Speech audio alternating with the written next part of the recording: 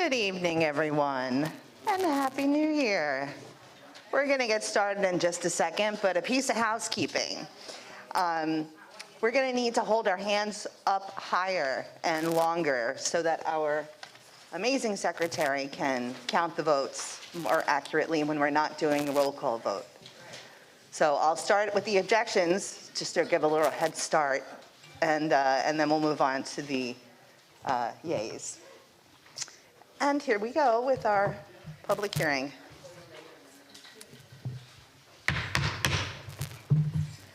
This public hearing is called to order on Monday, January 8th, 2024 at 6:46 p.m. at 1625 Ocean Avenue. The purpose of this hearing is to hear public testimony with respect to an application for full licensure for an adult use retail dispensary license at 815 Flatbush Avenue. The Community Board Office received notification on November 16th, 2023, and the State of New York allows 30 days should the board wish to express an opinion to the Cannabis Control Board. For this application, we have received an extension to hear the matter this evening. The applicant before us is HVCC Holdings, LLC. The representative for the applicant is Alex Pia. We did receive notification earlier today that Alex Pia would not be able to be present today. I just want to call out to see if this individual is here with us tonight. Or another representative for HVCC Holding.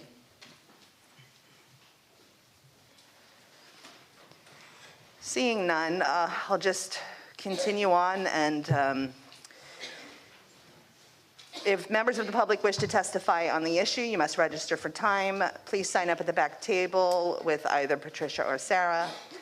Please state clearly for the record your name if you are a resident, or organization if you are a representative.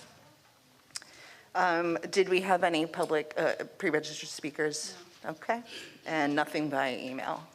Okay, nothing to read into the record this evening. Considering that the applicant and the representative for the applicant or the applicant is not here, do I have a discussion amongst board members about this application and whether we can germinate an opinion about it, over this, because the applicant is not here? Even the location. Yes, in the back.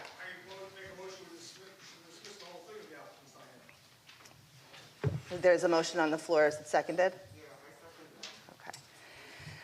I seconded. Okay. So just a reminder, we usually are looking not only at the applicant but at the location. But since this seems like we don't have a clear picture this evening, we have a motion before us that has been duly seconded to object to the application based on not hearing testimony from the applicant or the applicant's representatives. Yes? Do we know why this person's not here? Yes, but I don't necessarily feel comfortable saying it, but it was, you know, the person was not feeling well, and, well, the issue is that the application was extended for us to hear this, and we don't get another extension. This was the applicant's second opportunity to come to the hearing. And District Manager Sean Campbell is saying that this is the applicant's second opportunity to come before this assembly. Okay. We'll vote on the motion that's on the floor. So the motion on the floor is was to reject the application, correct? Correct. Okay. Was to reject the application with the stated purpose of why. We'll start with objections. Anyone object to this motion? Which is to reject the application. One objection? Okay. Two? Okay. All those in favor, please raise your hands. Keep them up, keep them high.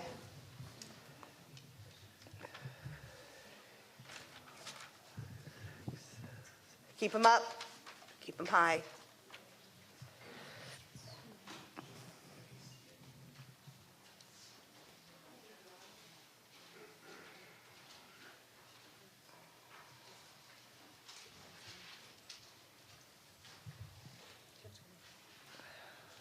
She says 23. Okay, the motion carries. Thank you, everyone. This public hearing is closed at 6:50 PM. We will reconvene in 10 minutes for our general board meeting.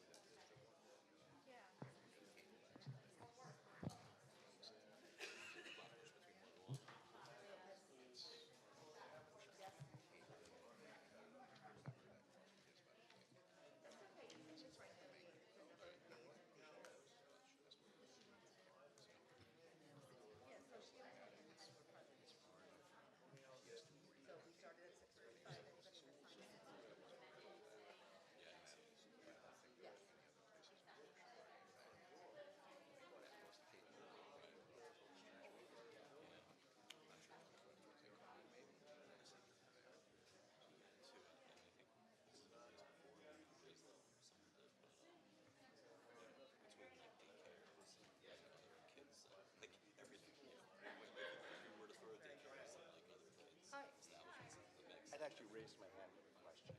Oh, yeah, I'm not sure. You know, it's not. There's a place I take my son for a sing-along to Bed-Stuy, and kind of a shop opens right next door to like the place where they do the sing-alongs, and they're like, whenever she needs something, like those guys are always like up her out because they don't want her like complaining. So that's the name there. They're like, we better be the neighbors.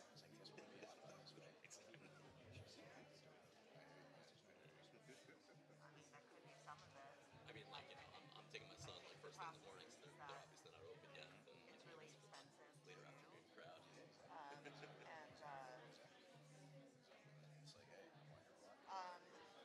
It's also like, Also, like, there was one like for on the applicant, 7th Avenue I Park think Slope, and I remember they had it like just feels kind of pro video game forma. system in the window, so it's like my kids went in just to The like because notice they that were they curious give what it us was, and is didn't realize it was like reach out. OCM hasn't even looked at the application It was like made like games for kids, at all. crazy. That brings us back to that like 500 foot. I mean, how absurd is it that we have to bash that around It's really wrong. when that's something that should have been immediately red flagged on just some kind of administrative thing.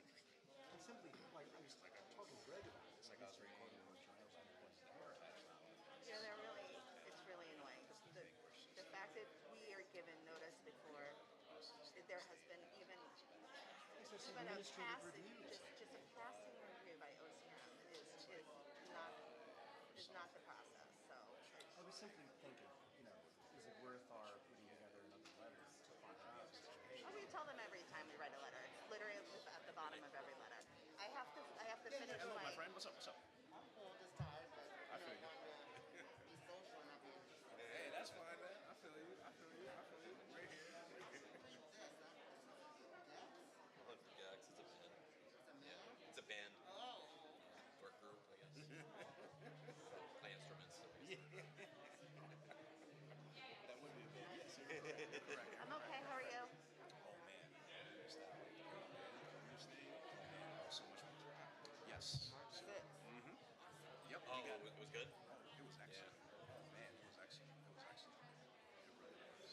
Yeah, I was hoping to do it, although, like, whatever role they assigned me, I was like, but, yeah, I didn't have childcare, so I understand. I understand. I understand. It was. You know the thing about it. What I really enjoyed about it was that, right? Like I knew it was easy. It's one of those things where on paper you know it's hard. yeah. And even though it was just a workshop, it was still a fun challenge to do because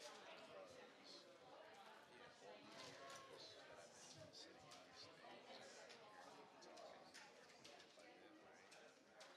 This was the first time where it was a workshop, working with a team. So what was it like? They had you, like, the proposal and go through all these stages, basically? Basically, it was a fictional city that had suffered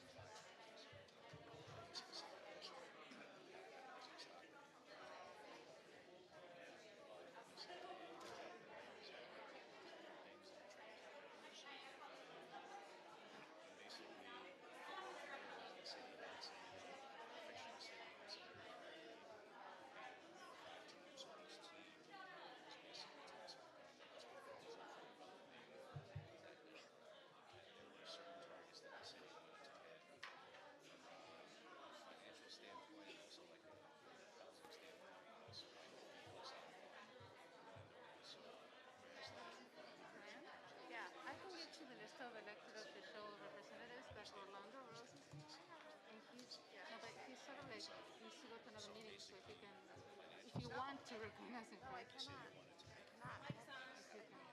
Just saying, just saying. I know, it's gonna be. Send him my apologies.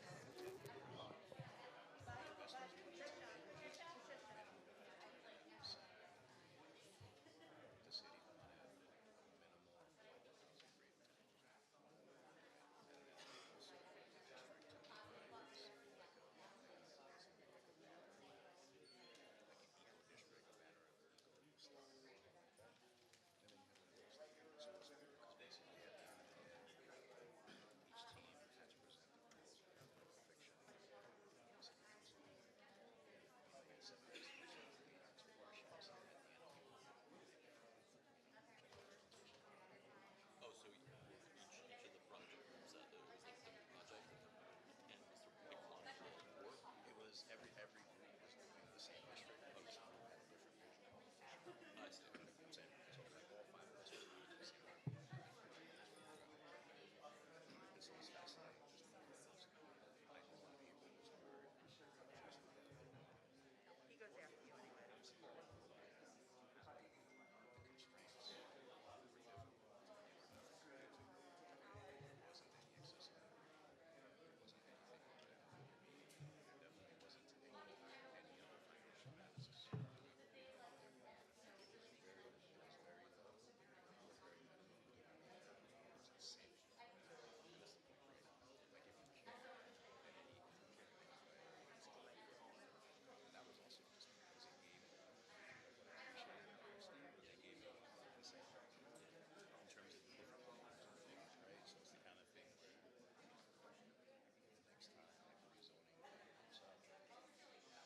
I can ask questions in my head like, hey, like you have luxury and you also have right? So, or any of these luxury that you have to sell just for rent. So they say, yeah, we have to sell 900. So now that's the sort of investors. How much are we expecting to get back in a year? And then if you hit this, you know, incentive to cut back. So you know what I mean? Like some questions that I That's kind of what happened in like Pacific Park in New York. you know what I'm saying? And then there was a guy who said a lot of the developers had to go to DC, right? So there's no right to be like, oh yeah, here's a punishment, right? So it's just by getting that insight, it's like, yes, like I'm sure they could make it 80% more instead of 100. It would be okay. Now I understand like now they have to treat them like there's always trade-offs. I understand, and then whose money they're working with is expected to be. Oh, mine is so not short.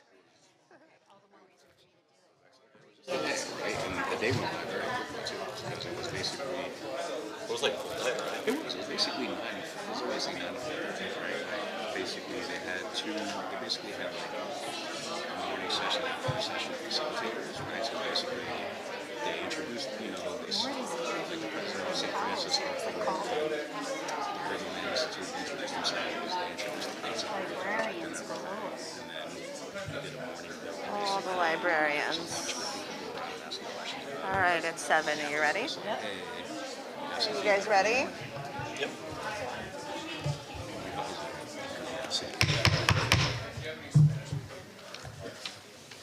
Good evening, everyone. Good evening. Happy New Year. This meeting of Brooklyn Community Board 14 is called to order on Monday, January 8th, 2024 at 7 o'clock p.m. under the applicable statutes of New York State, the Charter of New York City, the board's bylaws, and Robert's Rules of Order. The board's policy is to encourage detailed public discussion of matters before the board at our committee meetings and at public hearings. Consequently, except by board members, there will be no public discussion at our regular monthly meeting of matters about which a public hearing or a committee meeting has been held. Specific service delivery requests or complaints should be brought to the attention of the district office staff by calling the board office during regular business hours or by visiting our website anytime. Other matters of civic interest may be brought before the board during our scheduled public comment period which will begin tonight after all other business on the board's monthly meeting agenda has been concluded.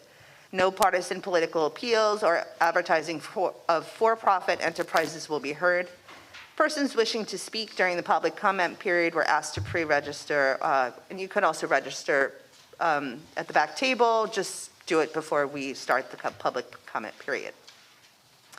And we'll move on to attendance. Will the secretary please call the roll?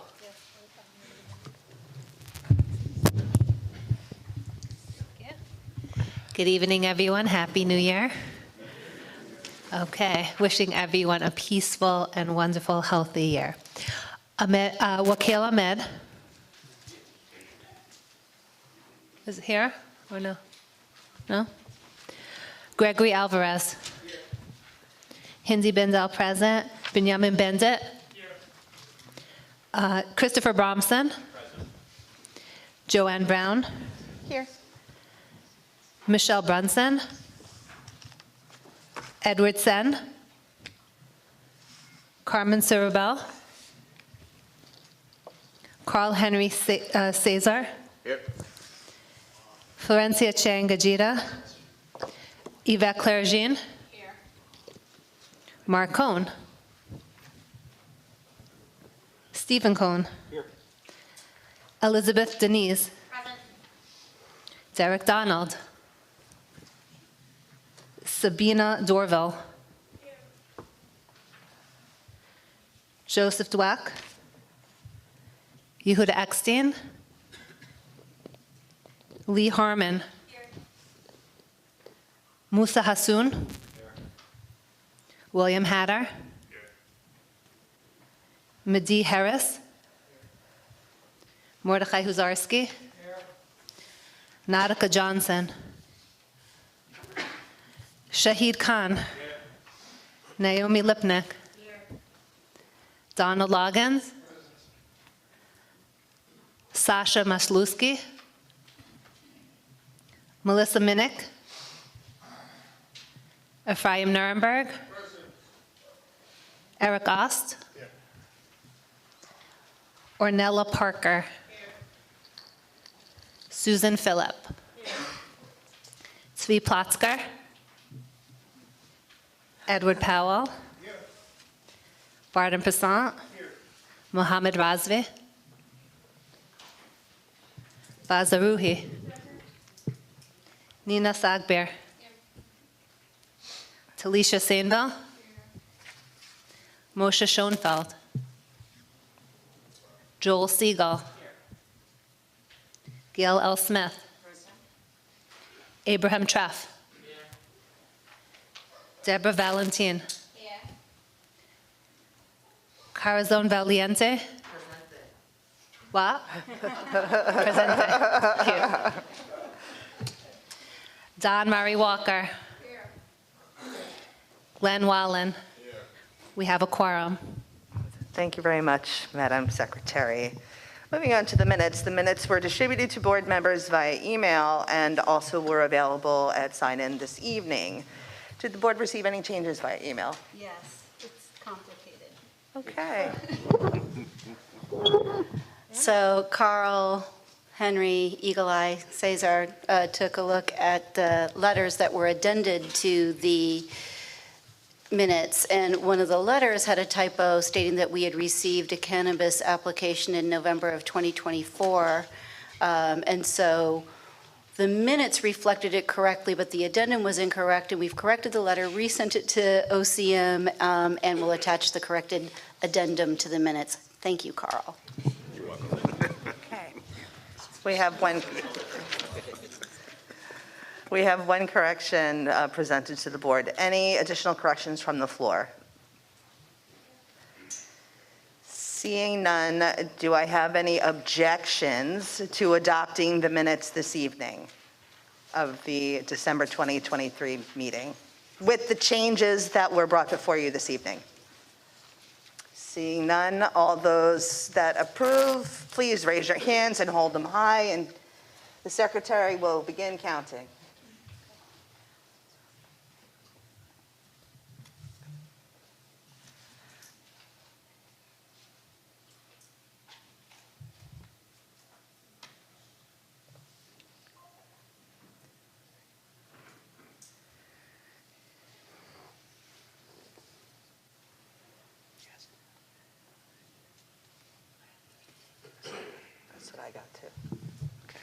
Thank you. Motion carries.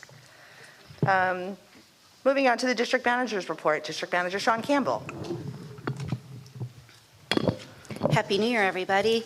It hasn't been that long since we last saw each other, so I've done less, unless I'm going to report on my cooking. But since we last met, there was a really wonderful holiday gathering at the 70th Police Precinct. Thank you and kudos to Ed Powell for putting together another really successful and meaningful party where, like 200 kids, about 200 kids got a gift, and Santa was there. I think that Detective Nuzzi arranged for Santa to be there. It was a great way to warmly welcome the new CO, more on that later, and bid adieu to Inspector Separano. A really great event. I also met some new 70th Precinct rookies who will be joining or have joined the precinct. They were all really engaged and all indicated that they became police officers because they wanted to be helpful in the community. So look forward to working with them. We also kicked off, you're going to hear more on this later too, I don't want to steal anyone's thunder, we kicked off our first Lunch and Learn. It was very well received, and it's going to be every Wednesday for the month of January, more topics to come. But the co-chairs might say this too, but these events, even though they're co-chaired by committee co-chairs, they're an all hands on deck kind of event, and the youth conference as well. So we've sent flyers to all of you. Please help us get the word out. Post those flyers to places you go and share it with your networks, and encourage people to take part in them. It's great information. It's an hour, during lunchtime, and it's just a good way to get information out into our community in order to build a healthier community in which we all live and thrive. I spent a day with a few other board members at the Urban Land Institute's training where we got to sort of play with Legos and put together a development and then bid it out to a fictional city council. It was really insightful, lots of fun. We will be, at least not, we will be trying to organize another one in the spring, and I highly recommend for those of you who can attend the next one to do it. And if you don't believe me that it was fun, you can ask Nina or Carl, and they can tell you whether or not I lied. The Future of Community Board group also gathered, and we're continuing to talk about all of the things that affect all of our boards all over the city. A lively conversation on the City of Yes and the perspective through which district managers are viewing that proposal with concern. Also working on trying to continue to get language acquisition support and some best practices sharing. I have, on behalf of our host, the East Midwich Jewish Center, Wayne Rosenfeld, asked me to announce that this Wednesday, January 10th, there will be a blood drive here. And I know you can find this place because you're here now, between 10 a.m. and 4 p.m. So if you were unable to give blood at the 70th Precinct blood drive back in November, you have another opportunity to help somebody who is in dire need. And I encourage you all to do so. And that's it for me. Thank you. Thank you very much, District Manager Sean Campbell. I'd like to recognize the elected officials or representatives of elected officials that are here with us tonight in no particular order. If I miss you because you're new or because you're hiding somewhere in the back, please raise your hand and yell at me. From Councilmember Rita Joseph's office, we have Brian Grady. From Councilmember Farrah Lewis's office, we have Abraham Malakowski. From Assemblymember Robert Carroll, we have Mary Curie Siri. From Congresswoman Yvette Clark's office, we have Orlando Ross. From the 70th Precinct Community Council, we have President Ed Powell. From the 70th Precinct, we have from Community Affairs, Detective Scott Nuzzi. And joining us tonight, the new Commanding Officer, Deputy Inspector Greg Mackey. Hi.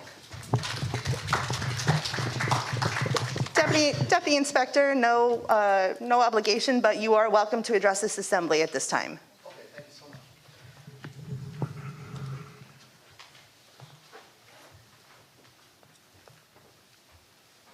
Yeah. Over here fine? Thank you. Good evening, everyone.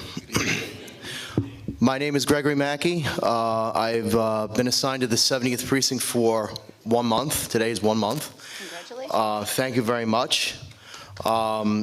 Just wanted to go over some basic stats.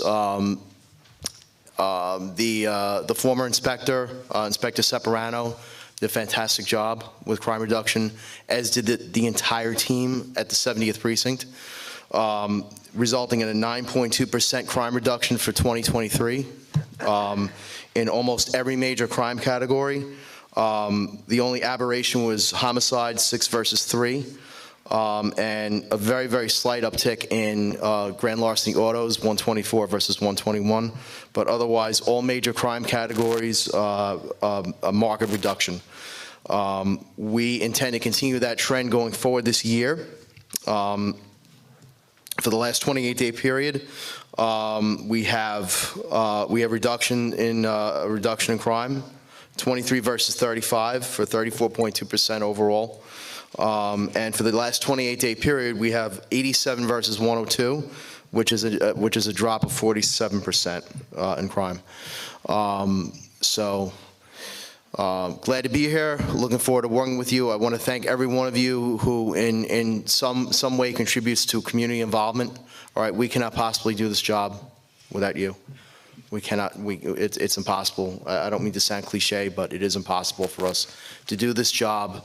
To do the things that we do without the community, and you also. Thank you. Does anybody have any questions for me? Thank you. I look forward as well. Thank you so much. Thank you very much. I see that a council member, Rita Joseph, is here with us tonight. Would you like to address this assembly? Or are you just here to? You don't have to. Good evening, everyone. Happy New Year. Happy to be here. Just wanted to stop by and say hello real quick, listen in, because we have a lot of conversation around the city of yes/no. So I'm here to listen as well.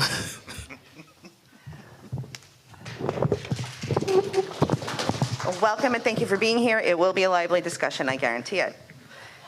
Moving on to the chair's report. Good evening, board members. I'm just going to try to wrangle this wire because it's driving me bananas here because it's just twisting the mic. So just give me a second. Okay.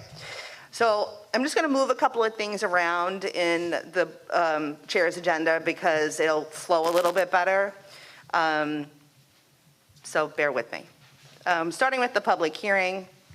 This was an application for full licensure of an adult use retail cannabis dispensary at 815 Flatbush Avenue. A public hearing was held on January 8th, 2024 at the East Midwood Jewish Center. The purpose of this hearing was to hear public testimony with respect to an application for full licensure for an adult use retail dispensary license at 815 Flatbush Avenue. The state of New York allows 30 days should the board wish to express an opinion to the Cannabis Control Board. The applicant for this location is HVCC Holding LLC. The representative for the applicant was scheduled to be Alex Pia. We received notification earlier in the day that he would not be able to attend. No other representative was present.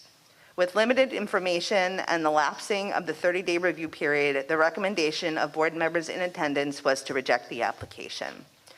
Is there any discussion on the matter from board members here tonight? Yes.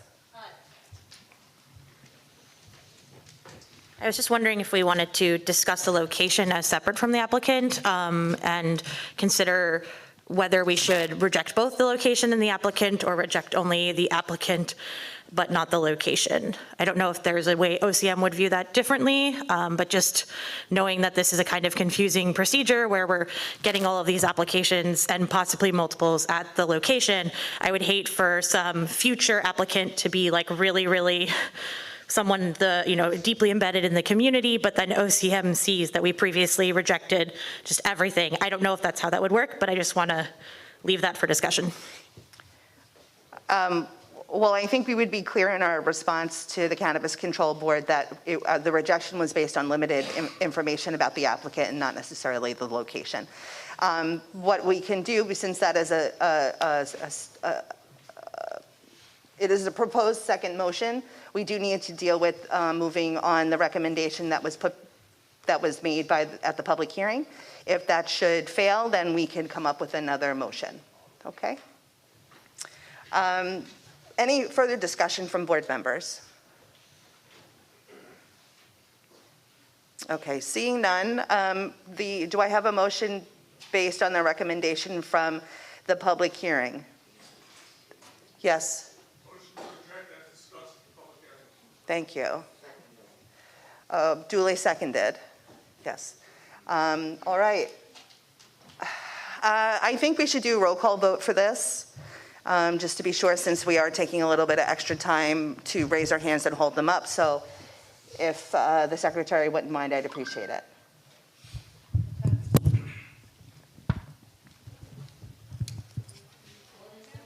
What's The motion would be to reject the application based on, I'll read it again. With limited information, so the motion is, because of limited information and the lapsing of the 30-day review period, the recommendation of board members in attendance was to reject the application. So it's solely based on non-appearance of the applicant and not the location. Thank you. One from the public hearing. Is this it? Not yes. No. 8:15 for 8:15 Flabish Avenue? Okay. Wakil Ahmed? Gregory Alvarez? Yes. So you're for? Okay. For rejection. Yes is for rejection, no is against rejecting the applicant. Okay, so for rejection. You can handle it. Okay, Hinzi Benzel for rejection. Binyamin Bendit? For rejection. Okay. Christopher Bomson? Yes. For rejection. Can we use that wording so that it's not complicated? Okay. Joanne Brown? For rejection. Michelle Brunson? Edward Sen? Carmen Cerabell? Carl Henry Cesar? For rejection. Florencia is absent. Yvette Clergine? For rejection. Mark Cohn? Stephen Cohn? For rejection. Elizabeth Denise? For rejection. Derek Donald? Sabina Dorville? Yes, for rejection. Okay. Joseph Dweck is absent. Yehuda Eckstein's absent. Lee Harmon? For rejection. Musa Hassoun? For rejection. William Hatter? For. Mehdi Harris? Abstain.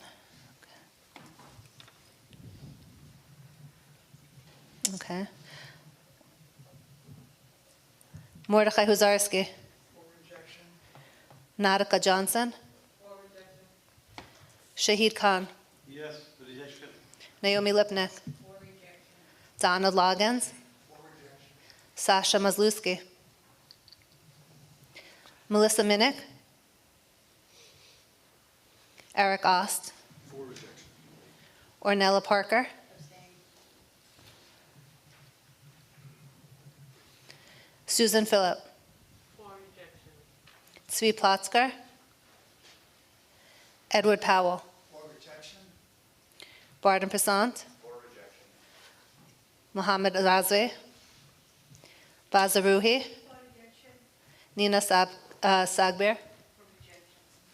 Talisha Sainville? For rejection. Moshe Schoenfeld? Joe Siegel? Gail L. Smith? For rejection.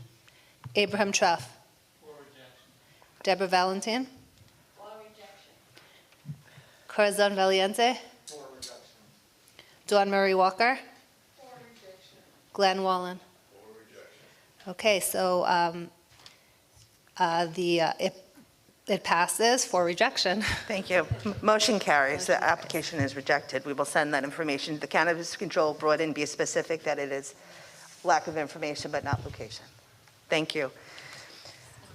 All right. On Thursday, January 4th, Brooklyn Borough Board meeting and public hearing was held. I was joined by First Vice Chair Carl Henry Cesar and also by Board Member Corazon Valiente. And I told them, don't get spoiled because it was quite a spirited meeting. They're not usually like this, very spirited. Watch it, it's very entertaining. The first order of business was a public hearing to hear testimony regarding the proposed zoning text amendment, City of Yes, Economic Opportunity. Comments from Borough Board members echoed the concerns of our board members had during the public hearing, our public hearing. The ZTA is too big with too many changes to fully appreciate the scope. 28 members of the public testified, and all but 2 members of the public were in favor. Sorry. Only 2 members of the public were in favor. The most compelling testimony was from a recently retired lieutenant of the FDNY. She scolded DCP for not reaching out to other agencies about portions of the proposed ZTA. Specifically, she described the logistics in fighting commercial fires at ground level where risks based on industry type were well known. She was adamantly opposed to commercial operations intermingled within residential with residential units, citing that a commercial-based fire above or on the same level of a residential unit could put lives in danger. She really stressed that. In addition, she has grave concerns about home-based industry and the inability for the FDNY to know in advance what practices the business was engaged in, and thus how to be prepared when responding to this unknown within close proximity to residential units.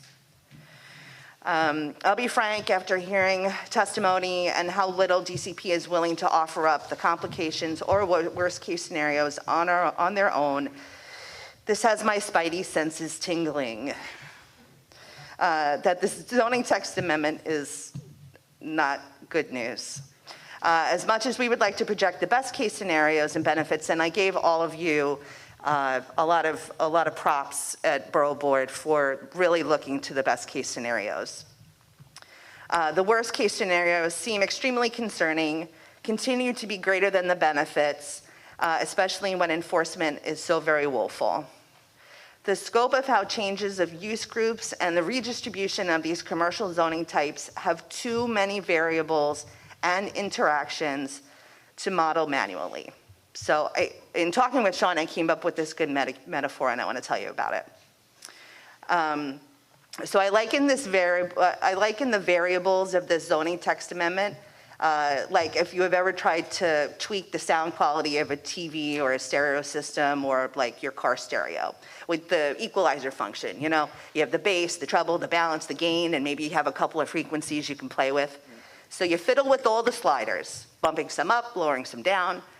You pump up the bass a little bit, and then you play your favorite song, and it sounds like garbage, and not what the artist intended. That's what we're doing here with this text amendment, fiddling with too many variables at the same time with having any real understanding of how the use groups are going to interact with distributing them into new commercial zoning types, and how these variables will interact with business trends, and how all of these will meet the community's needs. I'm worried we're going to end up with something we won't be able to reset by simply selecting the manufacturer's preset equalizer for jazz. So I think you get my metaphor. By the time public testimony had finished, the meeting had lasted over 3 hours. We lost quorum to vote on the matter, and the meeting was adjourned. We will take the vote up again at the February Borough Board meeting.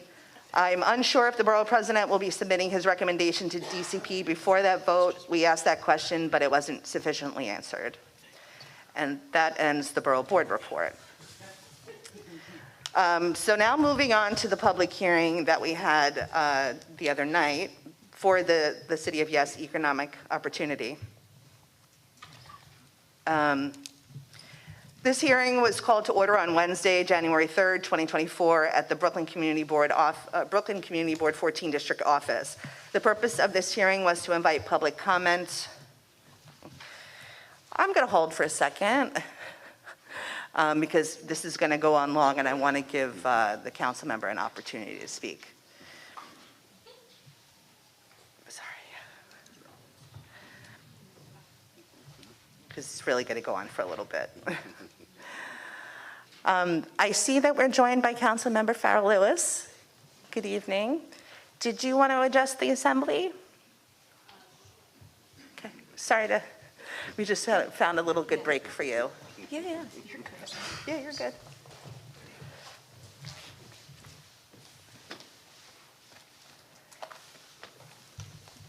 I thought you were talking about Councilmember Joseph because I saw her name on there. Good evening, everyone. Oh, she's right here. Good evening. I saw the teddy bear. Check it. Good evening, everyone. Happy New Year. You probably did that 3,000 times in the last week, right? All right, I'll save you from having to do that again. I want to thank the board for your leadership and hard work. Councilmember Farrell Lewis, I represent District 45, and I also want to thank you, Chair Brown, District Manager Sean Campbell, and to the constituents who have stayed on top of 817 Avenue H.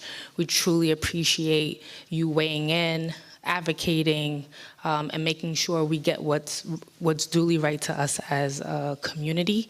And I know Councilmember Joseph and I got on a few phone calls with both Council Land Use and the Borough President's office just to make sure that we're doing what the community is voting on to make sure that they get everything they need. So I know we'll be getting an update in a couple of days, waiting for the Borough President to respond, but just know that we are on top of it.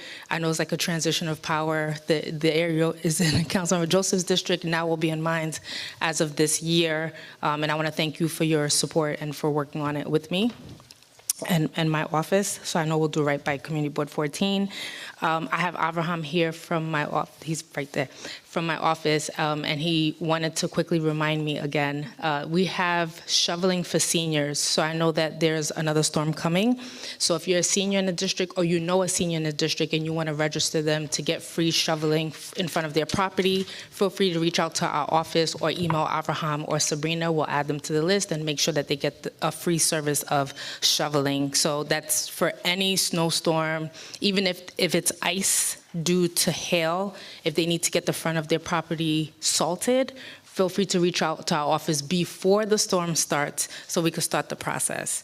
We wanted to provide that. I saw Deputy Inspector Mackey here and wanted to congratulate you again on your appointment. Thank you so much also for your quick response. There was a shooting in front of the office like 2 or 3 days before Christmas. While we were inside packing toys to put it in a car to take over to a kid's holiday party. So I want to thank you, Detective Newsy, and your whole team for your quick response to that shooting.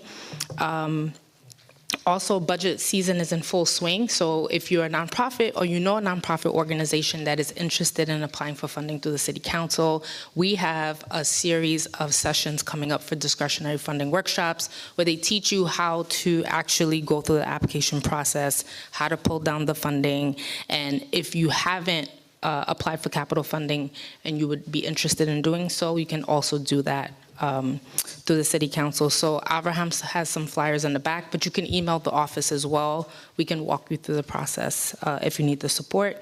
We have DOB in our district, so the Department of Buildings will be coming to our district office the end of the month. So if you own a property, and you have questions, you have concerns, you can feel free to reach out to our office and we will schedule time for you to meet with the Department of Buildings to go over any concerns. If you have any tickets with the DOB, this is the time to meet with them, to have the conversation and see if you could work out a plan for them, with them for whatever issue you have. Our office will be working on a plethora of things, but my biggest thing as Chair of Landmarks, Public Sightings and Dispositions is making sure that housing is a priority and that we're preserving what we have here in the City of New York, particularly in the district. So if you have any questions on housing, feel free to reach out to the office, but we would also love to partner with the Community Board on anything that you have coming up. We really appreciate the partnership and support. Feel free to meet with Abraham afterwards. I actually have to run after this, but Abraham is here to answer any questions, but look forward to working with all of you in the new year. Thank you so much. Thank you very much, Councilmember Lewis. Okay, jumping back into this public hearing. This hearing was called to order on Wednesday, January 3rd, 2024 at the Brooklyn Community Board 14 District Office. The purpose of this hearing was to invite public comment on zoning text amendment City of Yes for economic opportunity. On October 30th, 2023, the Department of City Planning referred out the City of Yes for Economic Development Citywide Zoning Text Amendment N240010ZRY, beginning the public review process. The proposed zoning text amendment intends to implement changes to the city's zoning resolution to support economic growth and resiliency in New York City. The proposed text amendment would apply to all 59 of the city's community districts. The Department of City Planning has referred this application out to affected community boards for 60 days. There were no public speakers in attendance, and we did not receive any public comment before the meeting began. David Weisglass, our DCP liaison, presented the ZTA slides germane to the district. Following, board members used the provided DCP workshop to discuss the 18 proposed changes. After 2.5 hours of discussion, we only deliberated on 7 of the 18 items. The meeting was adjourned with the plan to present these recommendations of the 7 items deliberated tonight to the full board, ratify those in this assembly, and then request a motion that a committee of the whole be empowered to finish the discussions on the remaining 11 items and vote on the ZTA recommendation. During a public hearing held during the committee of the whole, the proposed committee of the whole meeting, those present would make the final recommendation without any further board action. The meeting would be scheduled for either Wednesday, January 17th or the 21st. Neither of those are solid because we haven't actually formed the committee yet. At the board office. We are doing this to be able to submit our recommendations to DCP before the CPC vote.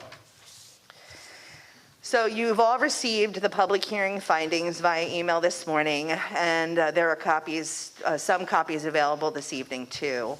At this time, I think I only want to take clarifying questions from the public hearing.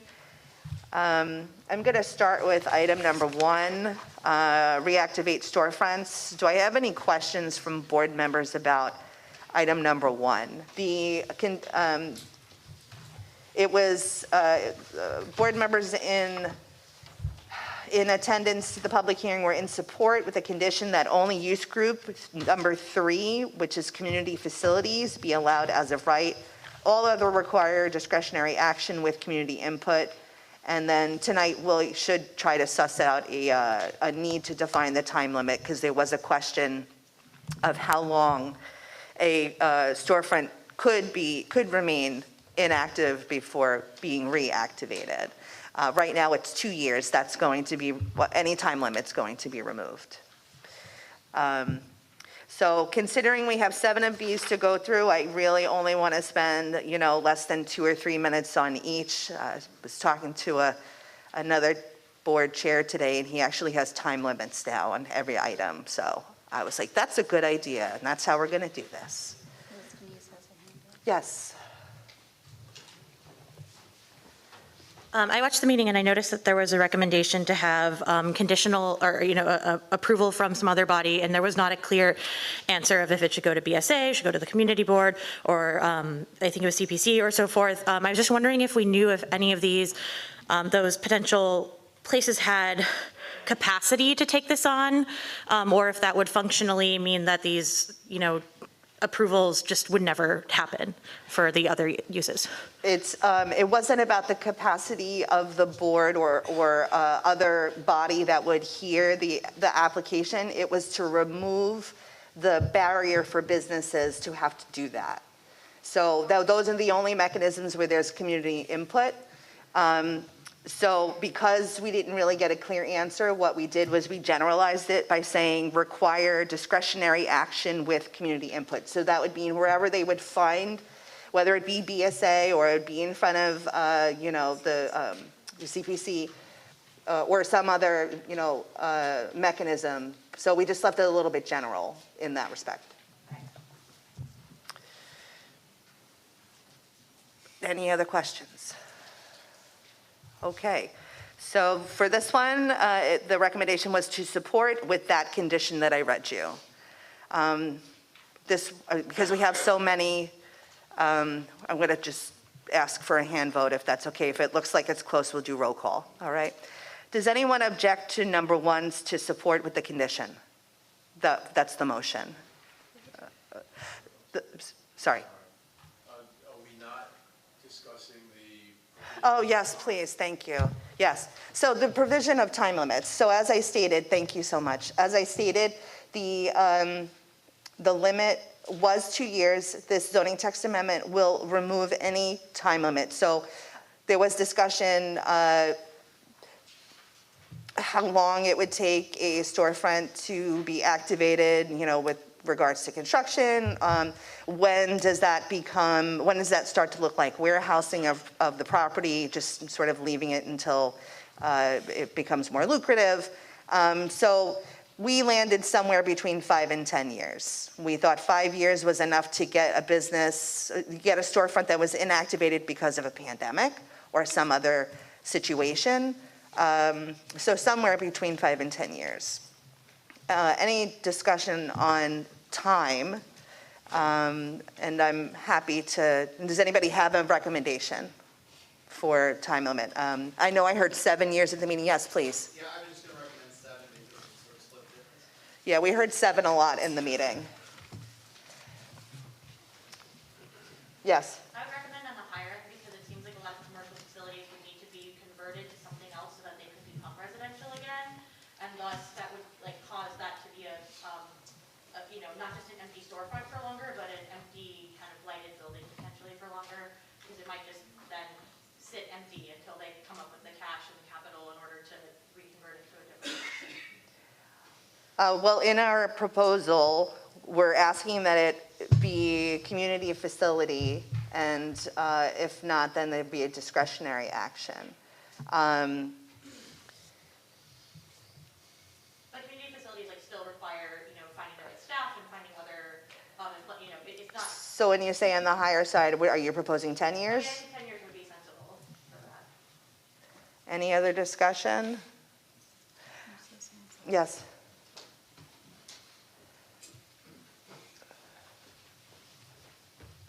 Hi, everyone.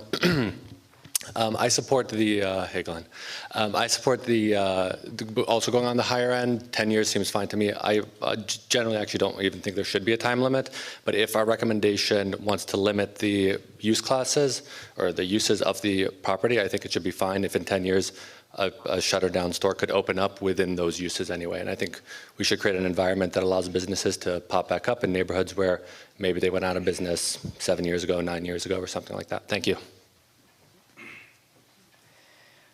Yes. I just want to left out one piece that these are businesses in an area that are no longer zoned for them. Right. What we're specifically talking about. Yeah, I don't know. I mean, I'm hoping that everybody has apprised themselves of what this means, and the reason why they're reacting. The reason why there's a time limit in the first place is that these storefronts are non-conforming. So they're on the corners of residential streets maybe, and it was there before 1961, and it was grandfathered in, and it was kept continually in use, never lapsing over the 2 years. So these are non-conforming spaces. We actually have a lot of them. We saw there's lots of green dots all over our map for these. So just remember that they're in places that are not expected and they're not in commercial zones. So we're not talking about just a storefront on Flatbush Avenue or on Church Avenue. This is could be on a residential block. And that's why we thought community facility was the least impactful and brought the best benefit. I just want to be careful that we're not going to vote down the condition and the support for this by adding a time limit. I certainly don't want to do that, especially if we can't come to a consensus on a time limit. So does that just a show of hands, who thinks 7 years is a reasonable amount of time? Okay. Who thinks 10 years is a more reasonable amount of time? Okay, less so. Okay. I think I'm going to bring the motion to the table for 7 years, and we'll see where we go with that. All right, so you heard the motion, reactivate storefront support with the condition that I said, adding 7 years as the time limit. All right. Anyone object, please raise your hand. Oh, one objection? Okay. All right, we're going to go for those that approve number 1 as stated. Please raise your hand. Okay, 1, 2, 3, 4, 5, 6, 7, 8, 9.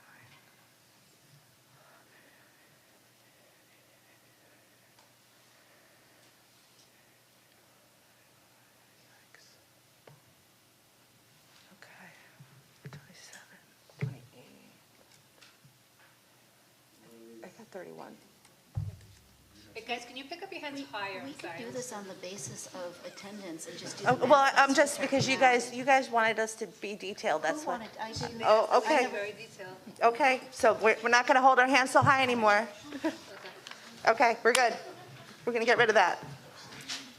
Sorry, that Okay, took me by surprise. those- I wasn't aware of that. Those abstaining?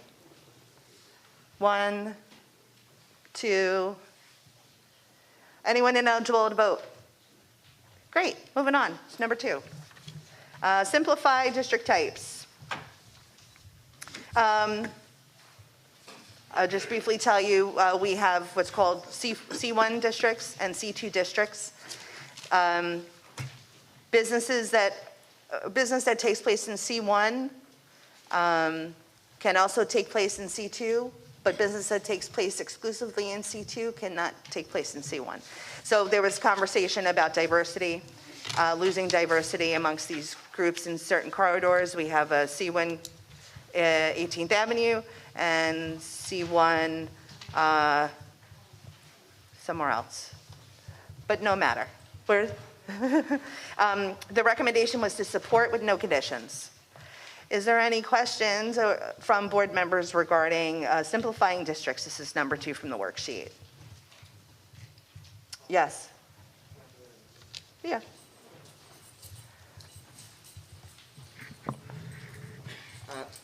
I just wanted to raise the concern, though, about simplifying them and supporting that. It just seems like it might be a gray area. And I don't know, I just wanted to bring that up if there's some way to discuss that more. I know you wanted it to be short, but... No, I mean, you want a little bit more clarification. I'll just tell you what the discussion was at the public hearing. For example, in the zoning text amendment, you would now be able to have, what is it? Small-scale production. You would now be able to have small-scale production, which would be like a pottery studio, coffee grinder, some other kind of like, not manufacturing, but production. Those would be allowed in C2. But if you combine C1 with C2, then you would be able to have small-scale production in C1. C1 is exclusively for local retail. So for example, on Coney Island Avenue, where we might have a C1 retail storefront, which would, and the example I used was exclusively selling like, ethnic spices, rices, things like that, that's specific for that, community that lives there. You would now be able to have small-scale production, a coffee roaster, or even a spice roaster, right? So long as it doesn't create a nuisance. So those were the kinds of things that were discussed, and that's where this concept of losing of diversity of businesses came from. But the recommendation from board members was ultimately they didn't really have a problem with it. So, and no conditions were met on that. So, any further questions or thoughts from this assembly, from the board members? Okay. I'm going to put forth a motion to accept the recommendation from the members of the public hearing. Seconded? Yes. Thanks. You have a question? Okay. All those in favor? Great. You can put your hands down. I'm not doing that again. All those opposed? One opposition. I'm opposed too, actually. I was opposed then. I'm opposed now. Anyone abstaining? One abstention. Why are we abstaining? Did you not read the things, please? No more extensions tonight. No. Well, And anyone ineligible to vote? Okay. Well, I mean, we're here to do a job, so there, I mean, unless you really don't understand what we're doing, then I'd like people to have an opinion tonight. This has been loading docks. So that's number 4, loading docks. This amendment to the text amendment would basically not require. Small scale production. Small scale production, sorry. Yeah, we don't, small scale production, I explained that to you earlier, is a little cross-pollination. Those would be allowed in C2, and now that we're combining the two, they would be a little bit more, they're not supposed to cause any, excessive smells or, noise or things like that. So the recommendation from board members was to support with no conditions. Any questions? Yes? How do we know that they're not going to cause nuisances? They are.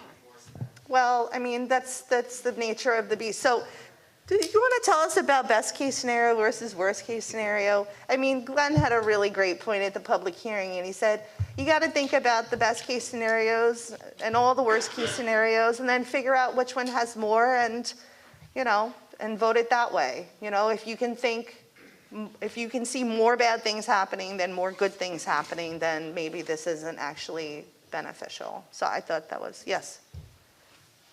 There's almost nothing you can change in life that doesn't have some unintended consequences.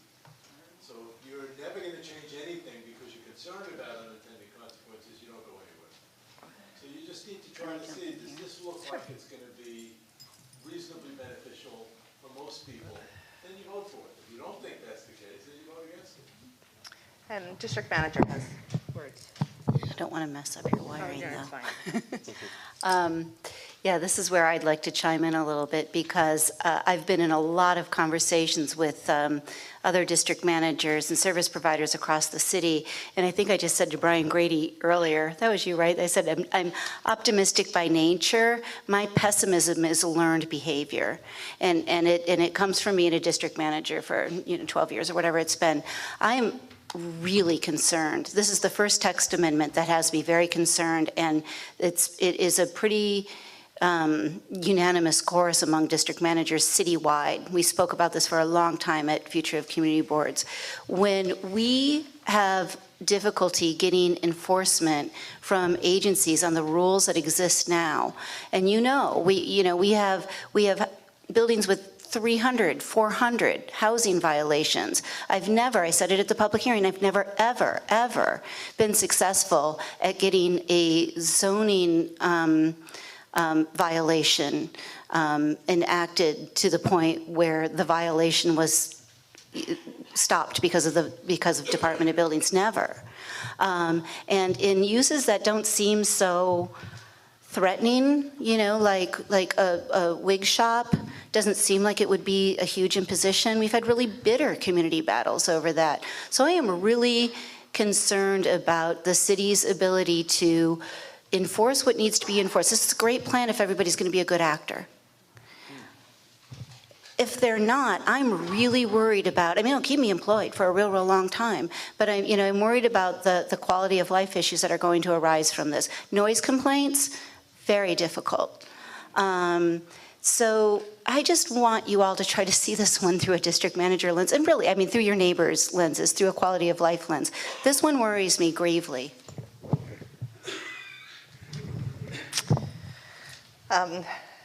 Any additional comments? All right. No. Oh, yes. Just quickly, I take everybody's point, but what I wonder is, what is the intention behind the small-scale production in terms of economics? That is my only question. I think the example they kept giving was jewelry making.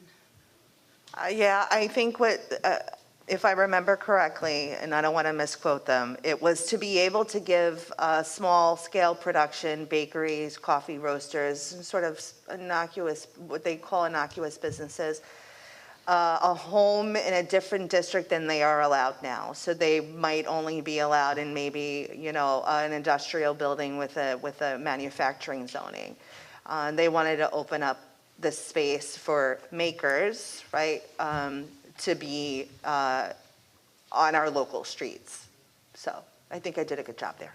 Yes? I believe this included space size limits. Yes. 5,000 square feet, 10,000 square feet, so that it was meant for relatively small locations. Yes. One last one. One thing to just add is, I think because there are limits on the types of businesses that would qualify and the spacing, and I think all of this would allow, the production would only go out in commercial areas, although, correct me if I'm wrong, and I think that that kind of mitigates some of the concern, to the extent you have any on quality of life stuff. So that's why at least I'm in support of this particular amendment. Yeah, I don't quite remember where they put small-scale productions like bakeries and coffee roasters in the use groups, to be honest.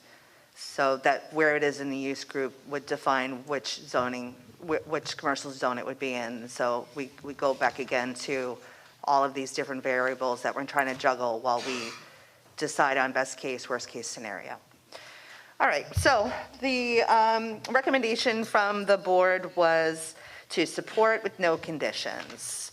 That's the motion I'm putting forth to you right now. Thanks. Okay, we'll do all those in favor of,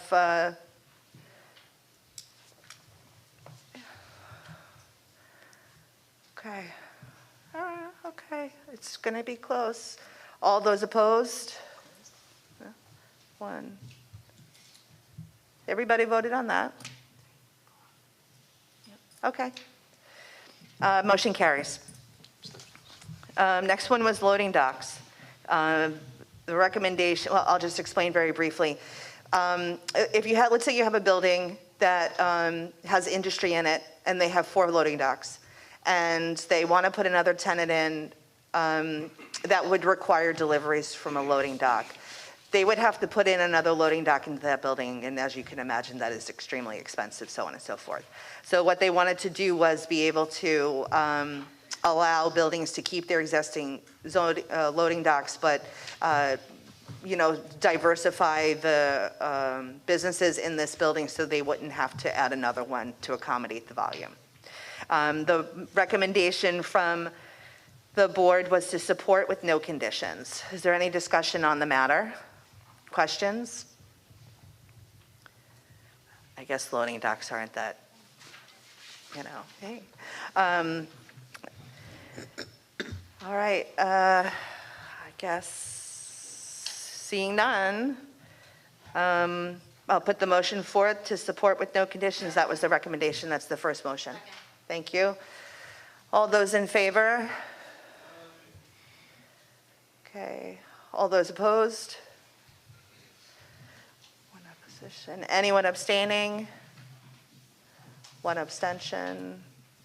Anyone ineligible to vote? Okay. Thank you. That was number 4. We're doing okay, guys. Thanks. Number 5, upper floor commercials. Oh, boy. All right, upper floor commercial. There's 2 different types, C1 to C3. You can have the first and second floor be occupied by commercial.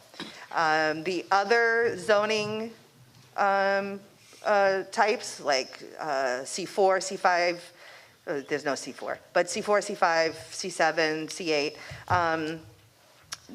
they would allow commercials to exist on the same floors as residential and above residential, with the stipulation that there would be a separate elevator and a separate entrance. So if you could imagine a building like the project on Flatbush Avenue, that building has 2 separate entrances, one on Aurelia Court, one on Flatbush, and it has 2 cores, right? But that wouldn't happen in there because there's affordable housing, so we're good. But a building like that. So if you have a building like that, you can then have commercial at the same level. If it was a business that would generate noise, there would be a 15-foot blank, like vacuum between, a buffer zone between the residential and then the whole point, a lot of the point of this is to try to get commercial businesses to the roof. Commercial businesses want to use roof access. They want to have roof access, or businesses that require outdoor space of that sort. So the recommendation from the board was do not support unless commercial remains below residential units in all commercial zones, just like the C1 to C3. Any questions of clarification? Am I really that good at explaining it? Yes. But our stipulation would allow for commercial and residential is not the same, is that correct? No. So it always has to. It would model just what would happen in C1 and C3. So C1 and C3 would only, they would not share. Yes. Including the safety concerns, can we add that in our regulation? Be more specific about safety concerns. How, I guess, fire and police emergency would have to come in to do their thing? So we do already have commercial on the second floors of businesses, of buildings. And then those would be all known. But there would be no residents below them to be affected by a commercial fire, let's say, yes. My understanding is that there are, just as a point of information, there are many non-conforming or some number of non-conforming businesses already in Manhattan in this way, like with rooftop bars and so forth above residences. And I'm just wondering what, they seem to work well in that situation, and I was trying to understand what the reasoning behind the NIC. Is it for some fire concern? I don't really understand how that's a different fire concern than if if there's dedicated access that would allow everyone to get there quickly, how the fire concern would be different. But I'm just trying to piece together what I heard at the meeting and how that, is that the reasoning behind rejecting it, or is it more just the board felt that there was not, it would be disruptive to quality of life? I just want to understand. All those things. I mean, honestly, the concept of firefighting never even came up. It was only at the borough board meeting that came up by a retired lieutenant. And that had never dawned on me. And that's why I shared that tonight. So I think initially from the public hearing, it was concerns about quality of life, and just a general incompatibility having businesses share either the same floor, and we go back to woeful enforcement, and then just this incongruity of having them directly above. I mean, I personally don't, I think that roof access, and we could add that as a condition, that rooftop businesses might be fine. I don't know. This seems to be structured in a better way. Roofs are stronger than sometimes between floors, but, so I hope that answers your question. We gotta move on. Questions, quickly. My question is this the proposal? I think that always required separate staircases Yes. and elevators? Yes. Yes. I just want to reiterate, one of the more compelling arguments against was that property owners might be compelled to Yes. cannibalize residential units for more lucrative commercial space. Yes. And I thought that was really compelling. Well, not only lucrative, but also commercial tenants have no rights. They don't have no stabilized rights, have nothing. So if you are in a building that has no affordable housing, you might as well convert a unit or two or three or four to commercial space, because then you don't have to deal with tenants and tenants' rights, and they're more lucrative. Yes, we'll take two more and that's it. Yeah. I'll make mine quick. Can you describe in a bit more detail the buffer zones between commercial and residential? So let's say you have core A right? And on floor 8, you have a unit that will be commercial, and it likely will produce noise. Between the commercial unit and the next residential unit, there will be a 15-foot space of nothing. It will be an air vacuum, basically. It's not an actual vacuum, but Or maybe a hallway, but nothing. some 15-foot space that will divide them. Yeah, my concern is not only noise, but vibration. So they haven't really addressed that, and that was brought up at the Borough Board meeting, vibration. One more, and then we have to, yes? I heard us talking about we may remove the condition that rooftop may be okay. However, did they mention anything about buffers between rooftop and residential? If they're under, there's no buffers, so.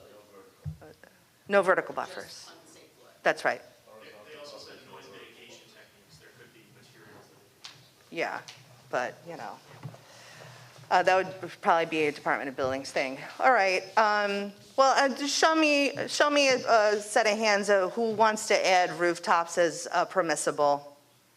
Yeah, if you think rooftops should be included in this as an okay, it would say something like, only if commercial remains below residential units as proposed in C1 to C3, rooftop business may be permissible. We could add that.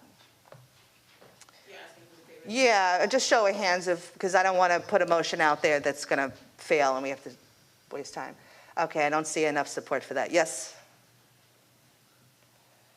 As long as it's not over residential, that's my concern. Well, it would always be over residential because you couldn't put, if we're asking for no commercial. Maybe not, because he showed one case where they took one whole side of the building and made it commercial all the way up. But the image he showed then showed the commercial all the way across. But if you just had your commercial over commercial on that side of the building, I don't have too much of a problem with it. I just don't want to see any commercial over residential. That's where the real issues can come in. Right, but it didn't seem like that was the proposal from them because it wasn't, because they showed the diagram with the. If you can get up there, then you can just go across. Right. But I'm just saying, my concern is as long as there's no commercials over residential, I don't mind that it goes up above the second floor, as long as it's only over other commercial. Yeah, well, we would have to vote on that separately because that wasn't the recommendation, so we have to. So I didn't see a lot of support for the rooftop, so I'm going to put the motion out. Do not support unless commercial remains below residential units as proposed in C1 to C3 areas. That's the motion I'm putting forth. Julie seconded. All right. Those in favor to do not support with that condition?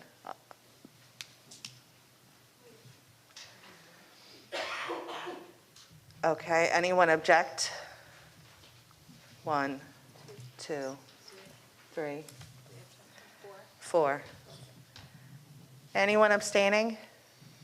1, 2, and 3. Wait, you already abstained, right?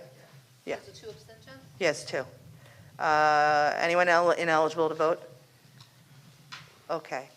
That motion carries. Well, it's just not what they showed us, but yeah. Use terms. Use terms are all of the ways that businesses, Craig, correct me if I'm wrong. Use terms are all of the ways businesses are classified within a group, right? Because I'm getting a little tired. Yeah, the actual names of each of the uses within each use group. Right, so you'd say amusement, say use group 6, amusement, nightclubs. Typewriter repair shop. Typewriter repair shop. Cell phone repair. So, I was a little cranky about this one because I feel like, again, this is another variable that they put them in charts now, and typewriter repair is not there anymore. And, what if somebody wants to open a typewriter repair because there's a renaissance? Final came back. And I just, again, when you go through them, there's so many change, it's like, oh, what did you change? What didn't change? So, the recommendation from those in attendance was to support with no conditions. Any discussion? Yes? I would just say on this one, it sort of ties in when we get to 7 with the whole cannabis discussion. Because if we're going to discuss cannabis in other sections on a substantive basis, maybe here there should also be an acknowledgement that maybe cannabis, any, whatever it is, dispensary, growing, should be defined here as well, so that it's more comprehensive, which is, I think, what 7 is getting at. Right, okay. I see what he's saying. So I've said several times to DCP that they have tobacco manufacturing, but they don't have, there's not a single mention of cannabis in the zoning text amendment. Now that it is legal, it should be in a group, it shouldn't just exist in the vacuum, right? So what they've done is they take every business and they've used the North American Industry Code standard to define it. There are codes for cannabis, and so they need to take cannabis and put it in the zoning text amendment to basically not only, give it an identity, but then to have the ability to maybe add special permits or BCAs or all the things that you do, and to carry it along with recognizing that it exists as a legality in this state and city. So what Board Member Alvarez is suggesting is that instead of identifying, it was identified as a condition under urban agriculture, it should actually be identified in number 6, which makes sense to me. Does that make sense to everybody? Okay. So I'll read that condition from number 7. The condition, cannabis retail, agriculture, and productions be added to the use groups appropriate NICS codes and be given special consideration or discretionary action. So special consideration or discretionary action could be a BSA action, CPC action, one of the methods in which there is public input. I'm just curious, is there anyone opposed to moving the condition from number 7 to number 6? Okay, all right. So we have to vote on what the recommendation was from the board members in attendance. We're just going to put our hands, but I would like to introduce a new motion after that, which would be moving this to that, okay? Does that make sense? I'm so tired. Yes, first use terms without conditions, and then use terms with that condition. Sorry, so if you want the conditions, you vote? No. That's right. You want the condition in there on number 6, vote no. And then for the second motion, vote yes. Use terms. So that is the motion. Is the motion seconded? We're going with what was originally proposed by board members. Seconded. Thank you.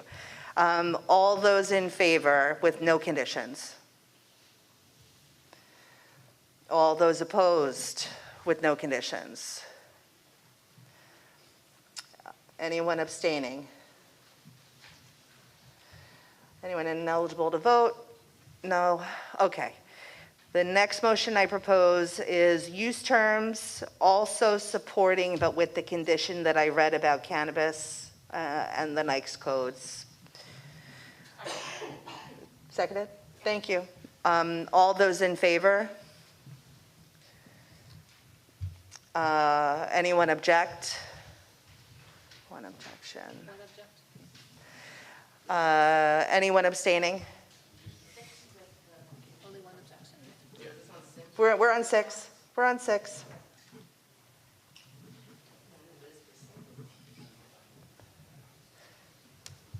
You good?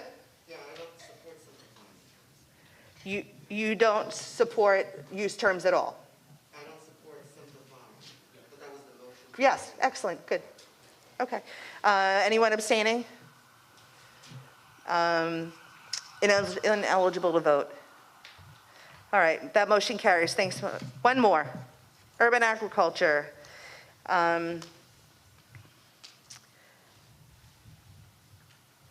So this will allow indoor and outdoor agriculture throughout both residential and commercial districts. In a commercial district, that might look like a storefront that has a hydroponic farm growing lettuce or microgreens, or it could be flowers. It could be and then you can have an outdoor farm in a residential area that could grow similar things. The discussion that was really focused at that time was the concern of worst case scenario, which would be not only having unlicensed cannabis shops, but having unlicensed cannabis agriculture. And the lack of enforcement that we're experiencing right now. So the recommendation from board members was to support with the condition that I previously read. I'm going to say now that we've moved that condition, it's moot, so I'm going to remove it from this conversation, this action. Any discussion or questions about number 7, urban agriculture? It's the last one.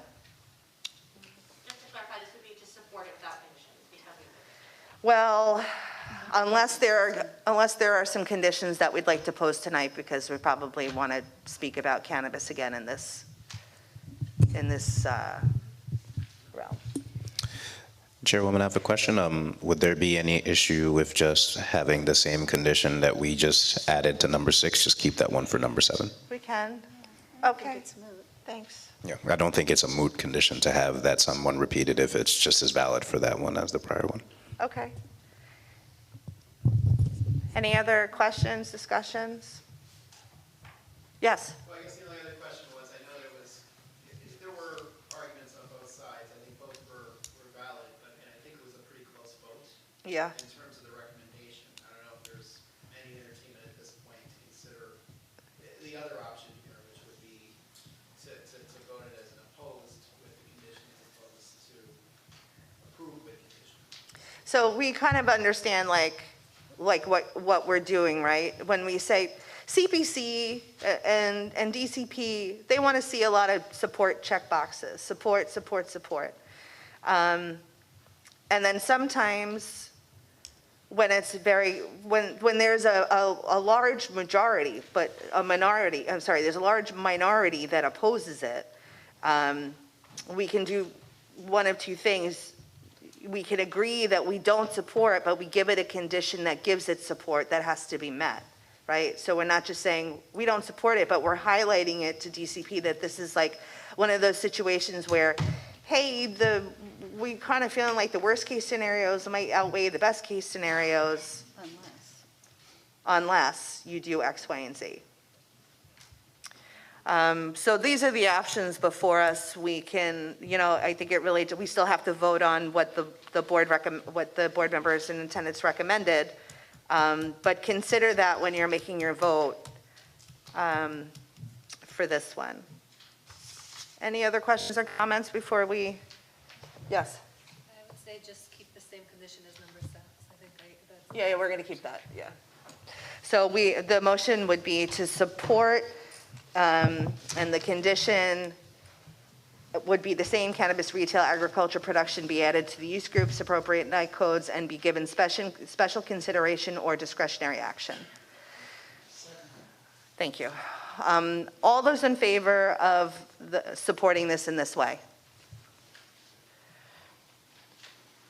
Okay. Thank you. All those opposed? Okay. Abstentions? Is that 10 opposed? I'd like to. Can everyone who's opposed raise their hand one more time? 3, 4, 5, 6, 7, 8. Abstentions? Seeing none. Ineligible to vote? Okay. All right, we did it. We did it here. There's. All right. All right, based on the way that we voted on each of those items, do I have a motion to ratify the recommendations as changed here tonight with regards to the proposed ZTA City of Yes economic opportunity. So we're basically just as a package wrapping it up neatly and said, we do all this work tonight, the changes that we made, we're good to go. Because I need all of them like wrapped up because we're going to committee of whole. Okay. All right. So everybody understands the motion. We're just putting a bow on it that the changes we made here tonight, we're good. All those in favor? Okay. Anyone opposed? One opposition. Abstentions? One abstention. Anybody ineligible? Okay. All right, good. All right. Almost there. Do I have a motion to form and empower a committee of the whole whose sole purpose and authority will be to deliberate the remaining items on the DCP worksheet and make the final recommendation to DCP and the City Planning Commission? Okay. Any discussion? Yes. No, we just do it like a public hearing. You know how you showed up to the other one? You just show up to this one, then you're a part of the committee of the whole. So, all right. It's been seconded. All those in favor of forming this committee of the whole? Okay. Anyone opposed? Seeing none. Abstentions? Oh. It got stuck. Abstentions? No one's ineligible to vote. All right. Moving on to the next agenda item. Everybody take a deep breath. We're good. We're almost there. Almost there. How we doing? We're not doing bad. It's an hour and 17 minutes. We just got a whole bunch done. Dissolution of the CB14 Flatbush African Burial Ground Task Force. The objectives of the task force were as followed: to ensure the burial ground was transferred from HPD to an agency that had capital and programming capacity, to ensure the transfer of previously allocated funding, and to ensure the incoming council member engaged and was supported as necessary in the process. The objectives of the task force have been accomplished. There has been no additional direction, no direct express role for CB14 in the processes of memorializing this space from either City Council or the Department of Parks. Therefore, in collaboration with the task force chair, Talisha Sainville, we ask the board to consider the task force dissolution. If approved by this board, going forward, all matters related to the Flatbush African Burial Ground will be heard in a public hearing that will be co-chaired by both the chair of this board and the co-chair of the Housing and Land Use Committee, Talisha Sainville. Is there any discussion by board members at this time? Yes? Are we giving anything up by dissolving? No. Or what are we achieving? I think there's some public expectations that are not managed right now, that we have expressed directives that are really outside of what we expect expressed those directives to be. I mean, we've sort of said many times, like the objectives that I read earlier just now. So we're just having issues managing expectations. I understand. Basically, the public is expecting us to be able to do more than we've actually been empowered to do. That we've been empowered ourselves to do. We were here to make sure that the process got it off to a good start, and could be a forum for collaboration and public hearings, and we've done so. Thank you. Yes. I just wanted to clarify, the Parks Department now basically has jurisdiction. And always has. Okay, but what Well, they would do is something similar, I'm sorry if my wording isn't the best, but something similar to some of the things that they've had, say at Prospect Park, where word gets out through community boards, through the Prospect Park Alliance, whatever, other interested bodies, that there's going to be a get-together and they may have people gather in groups and give proposals or So, there'd be some sort So community, right, community engagement would still be with Community Board 14 in the form of public hearing. I can't imagine that Parks is going to not bring their proposals to us in the form of a presentation, and we would have them as a public hearing. All righty. Do I have a motion to dissolve the CB14 Flatbush African Burial Ground Task Force? Motion to dissolve. Thank you. All those in favor? Anyone object? Yes, you object? No. Okay. Anyone abstain? One abstention. Oh, anyone ineligible to vote? Okay. All right. Oh, this is a fun one. And it's really short. Nominating committee. The 2024 nominating committee has been appointed. Yes. I can make a motion to invoke bylaws, chair can run another term if need be. Oh, thank you. Thank you. There's a motion that's been called from the floor to invoke the bylaws to allow the chair to run for another term. The term limit is 2 years. In order for the chair who has exceeded that term limit to run again, this would have to be invoked.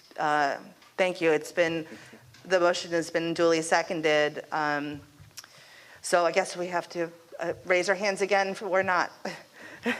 All those in favor of invoking the bylaws, please raise your hand. All of those opposed? And anyone wishing to? Yes. Sure. I'm abstaining, actually. Okay? That seems right. Yeah. That seems like the right, or maybe right. Yeah. Any other abstentions besides my own? One abstention. No one's ineligible to vote. Hey, thanks for your vote of confidence. I appreciate it. Thank you. 2024 nominating committee. Region 1, it will be Melissa Minnick. Region 2, Talisha Sainville. Region 3, Naomi Litmick. Region 4, Ephraim Nuremberg. And their at-large member will be Joel Siegel. Thank you to the board members who agreed to serve on this committee. The nominating committee meeting will be scheduled to form the slate, which will be reported out to the full board at February's general meeting. Nominations from the floor, if any, can be made at the general meeting. Elections will be at the March general meeting. And this ends the chair's report. I'm sorry it was so long. On to topical committees. The first one is Transportation Committee. Oh, I caught you right there. He was trying to sneak out. I knew to just that. Hey, everybody. We had a very eventful Transportation Committee in December. We're going to give you the Cliff Notes. There were a lot of useful details, so please go watch the video for more details. So first we had the NYPD Transit Bureau gave a presentation on trucking in the district. Again, I'm just summarizing high level. So they had reported that South Brooklyn has the third highest truck/bus collisions in the city, and they issue the most number of summonses, 5,704 in total. Year over year, there are about 10 less collisions in the 70th precinct. And fatalities are down by 13%, although pedestrians, cyclists, bike riders, and moped riders account for most of the fatalities. The NYPD said that truck length, so those big 16-wheeler trucks that are clogging up our streets so often, was not an enforcement priority for NYPD officers on the streets, and I think they were just generally a bit surprised by all the questions that focused on it at our meeting. They did say, however, that they are concerned about BQE truck, how the BQE truck weight fines that have already been implemented or are going to be implemented will divert traffic off the BQE into our local streets, and they have 3 units that are located at certain points to try to do enforcement.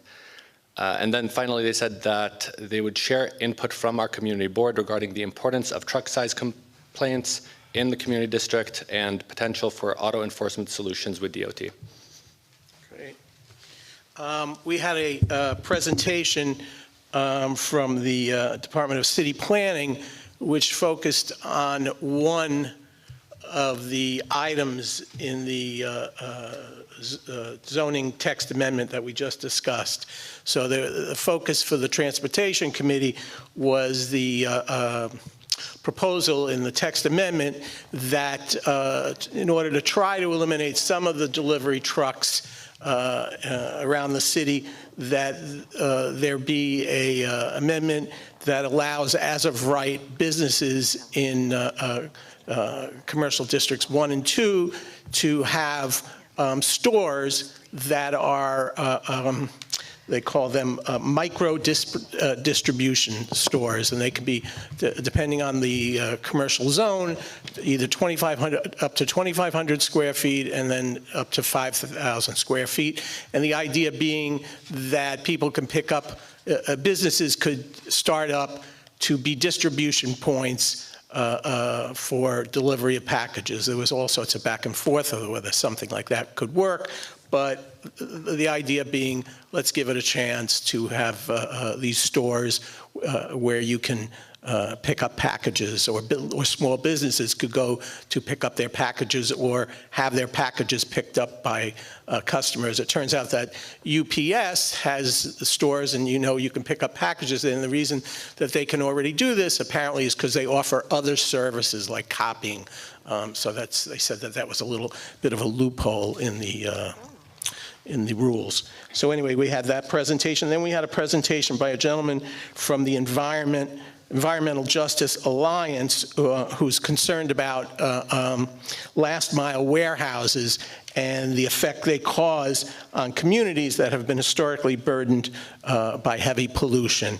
And this gentleman, correct me if I'm wrong, he wants us to support a criticism or support an amendment, a change to the proposal regarding distribution centers. He wants to also lop on the idea that last mile warehouses be subject to special permitting.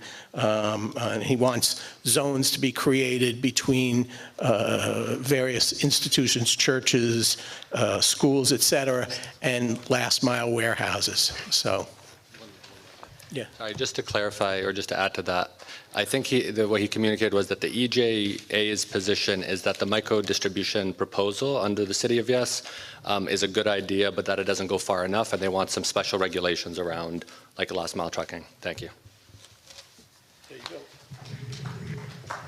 Thank you so much. Next report is from Housing and Land Use.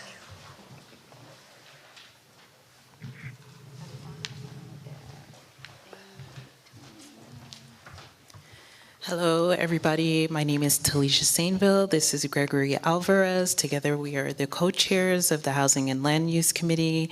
As we just finished discussing, on January 3rd, there was a public hearing with regards to the City of Yes zoning text amendments. And for anybody who missed the meeting, as always, you can go onto the CB14 website and YouTube page, click to connect. Also on the website will be PDFs of the presentation and other goodies, I'm sure. So many goodies. And I encourage you all to go ahead and watch that public hearing, because there is the full presentation given by David Weissglass of Department of City Planning, where he explains in greater detail than what Chair Brown could explain tonight about what the City of Yes zoning amendments, text amendments actually are.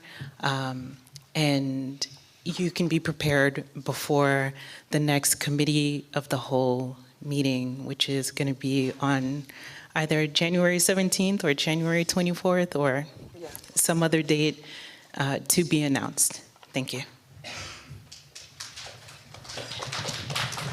Thank you very much. Next presentation, Youth Services, Education, and Library Committee.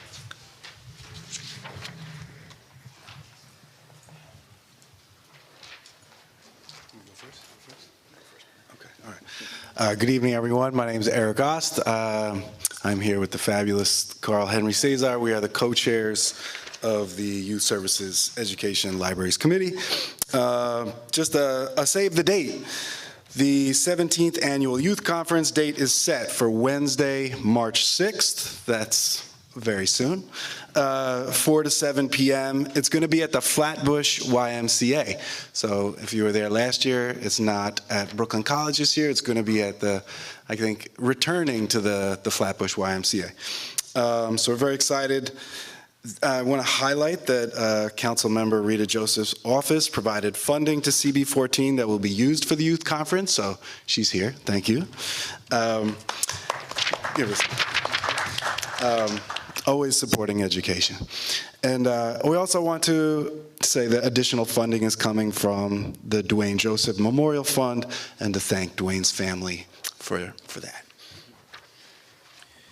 Yep, and so a reminder too that this Thursday we have our committee meeting, and so there's two things on the agenda. One of them is hearing from Brooklyn Public Library regarding some of the services they provide, and also some of the updates given the recent budget cuts that the library systems unfortunately had recently been impacted by. And the other piece of that meeting is planning for the youth conference that will be on March 6th. And the other piece too is that also this Thursday, the New York State Education Department is doing a public hearing in Brooklyn on people's thoughts on mayoral control of New York City schools. And so that is happening at Boys and Girls High School on Fulton Street. I believe 1700 Fulton Street's the address, and that's from 6 p.m. to 9 p.m. So there was a period to register for public comment. I think everyone signed up, so that's not possible. But for those who are interested, Boys and Girls High School, 6 p.m. to 9 p.m., I think 1700 Fulton Street. That's a public hearing on what people's thoughts are on mayoral control. And remember, we have a committee meeting this Thursday at 6:30 p.m. Update on Brooklyn Public Library services and budget impacts, and also continued planning for our youth conference on March 6th.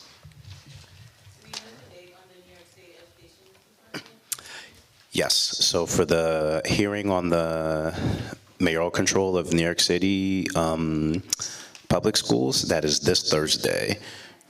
Yeah, 6 p.m. to 9 p.m. at Boys and Girls High School on Fulton Street. Thank you very much. The next committee is Human Services Committee. Good evening, everyone. My name is Yvette Claire-Jean. Florencia Chang-Ajeda and I co-chair the Human Services Committee, and we want to encourage all of you to attend and invite all your friends and family to the Lunch and Learn that we're having. It started last Wednesday, and it's every Wednesday for the month of January, focusing on health and wellness. We know we all started a new year, so a lot of people made resolutions to prioritize their health and wellness, so please help us spread the word. There are flyers in the back that you can take and send to family and friends. This Wednesday, we'll be talking about diabetes care and nutrition, followed by other healthy lifestyle tips and maternal health disparities happening. So this Lunch and Learn is in memory and honor of Dwayne Joseph. So we really want everyone to come and participate. And I'd really like to thank the community board staff and office for helping us organize this fabulous Lunch and Learn. Thank you, everyone. And I just want to chime in on how wonderful last week's Lunch and Learn was. We had a representative from BEHS and representative from Kings County Wellness Center, and they presented the National Diabetes Prevention Program, and it's on the YouTube channel. It was really, really good. Thank you so much. Next committee will be Community Environment, Cultural Affairs, and Economic Development Committee. Unfortunately, both co-chairs could not be here tonight, so I will do the announcement for them. On Thursday, January 18th at 6:30 p.m., there will be an online meeting of this committee. The agenda quickly will be preliminary report on flooding in Community District 14, a presentation on Small Business Association programs for flood victims, and committee review of City of Yes Economic Opportunity Zoning Text Amendment. Oh, wow, good stuff. This is going to every committee. The next, and they have no report. Next one is Community Safety Committee.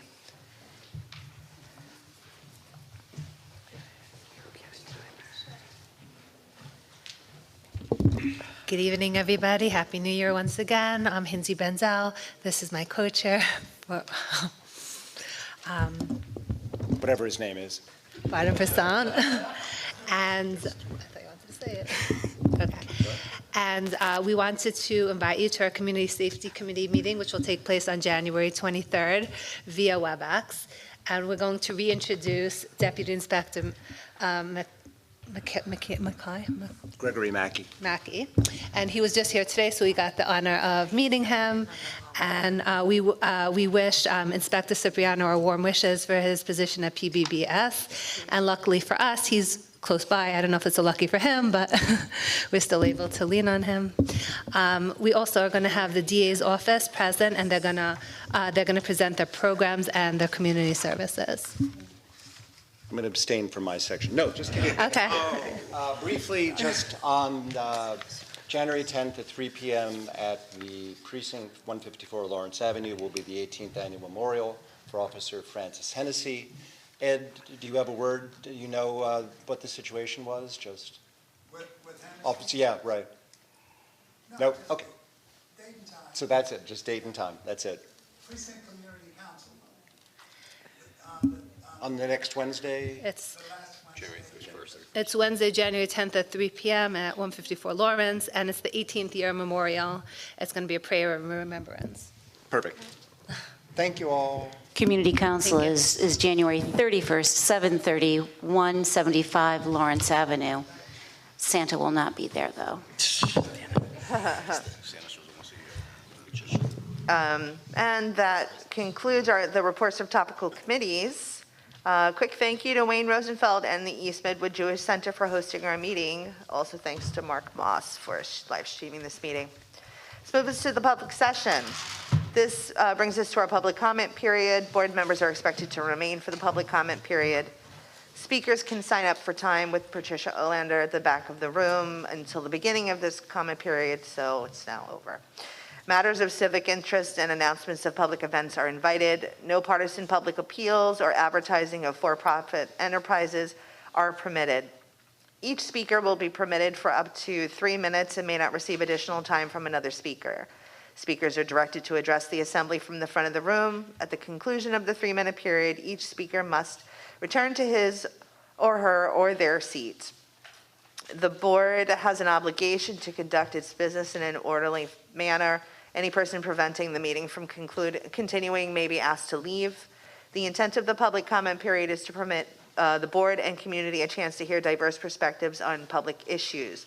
Accordingly, speaking time will be assigned first to speakers from different groups, then to speakers addressing different issues, and then finally, time permitting, to additional speakers on an issue from a single group. It is now 8:39 p.m., and the first speaker will be Juana Flores, followed by Brian Grady. Hi, there's another person from the Brooklyn Public Library, so election. I have 3 people. I have Juana Flores, Jay Taubman. Oh, yeah, I see what you did. Yes. Okay. Welcome.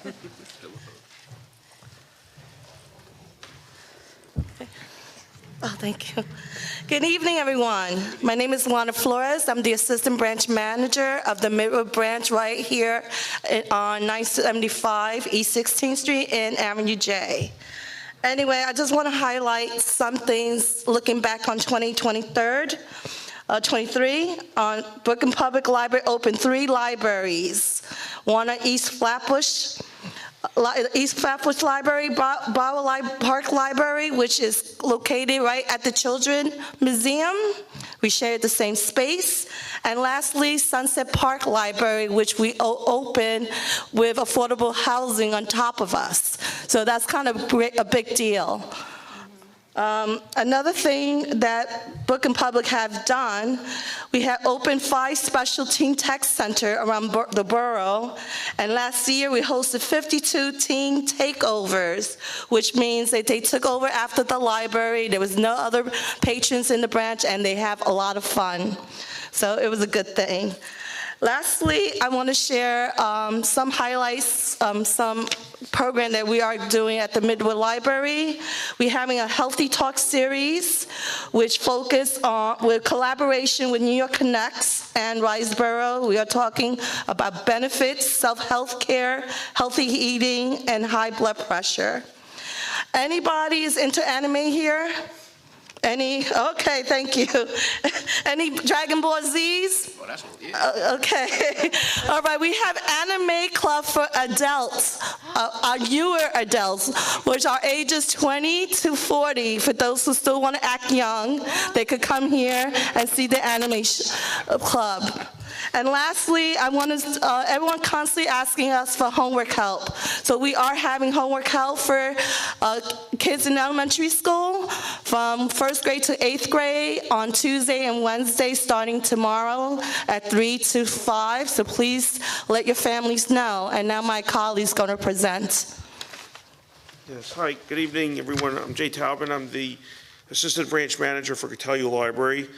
This is my colleague, Juana Flores.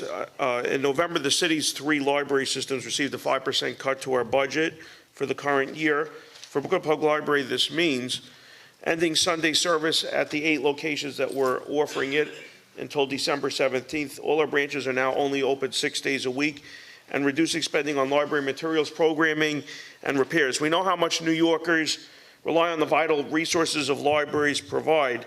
We remain committed to meeting our needs as best as possible and advocating against further reductions in the coming months.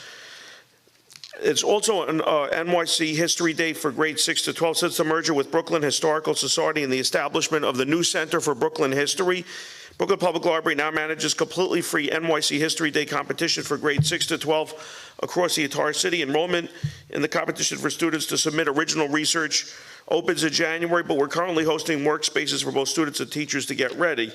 As part of BPL's mission of providing free access, we're the only program in the entire state, maybe country, that is free.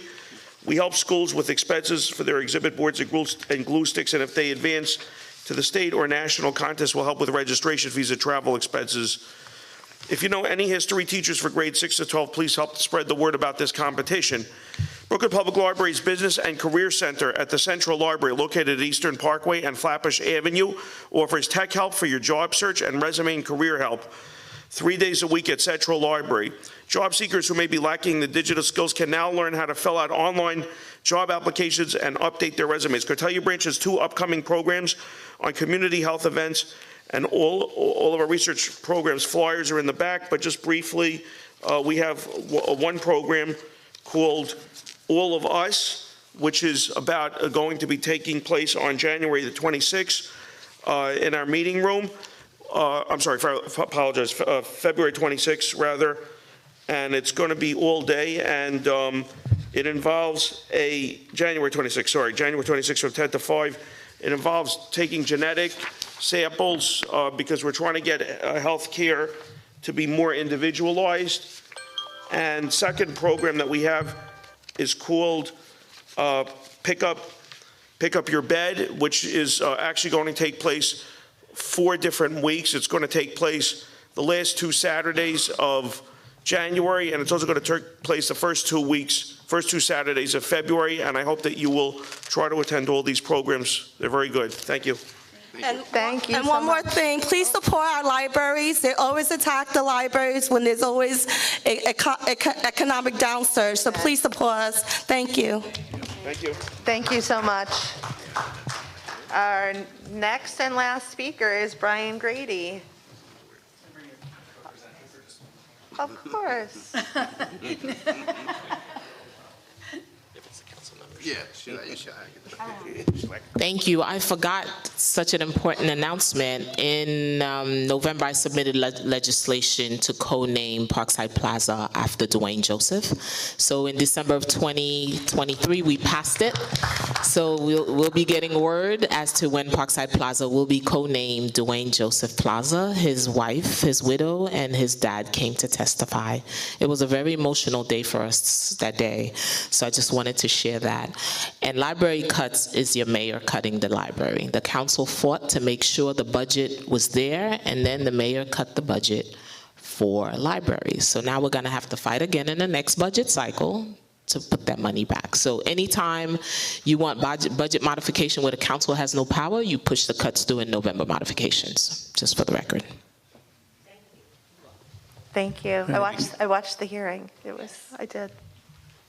All right, thank you, council members. So yeah, just to follow that up with a few announcements as usual. So you'll see on the back, I've left some flyers. The first one to point out, again, we are still taking ideas for participatory budgeting.